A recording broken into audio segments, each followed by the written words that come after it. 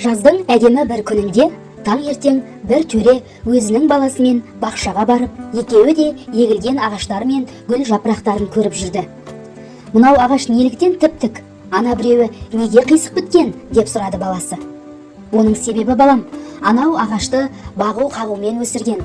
Қисық бұтақтары болса өсіп, мынау ағаш бағусыз, өз шығуы қалуымен өскен деді атасы.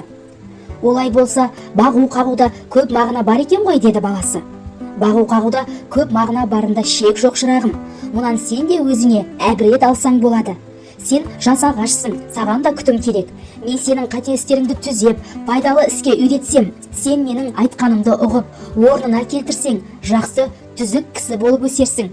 Бағусыз бетіңмен кетсең, сен де мынау қисық біткен ағаштай қисық өсерсің, деді.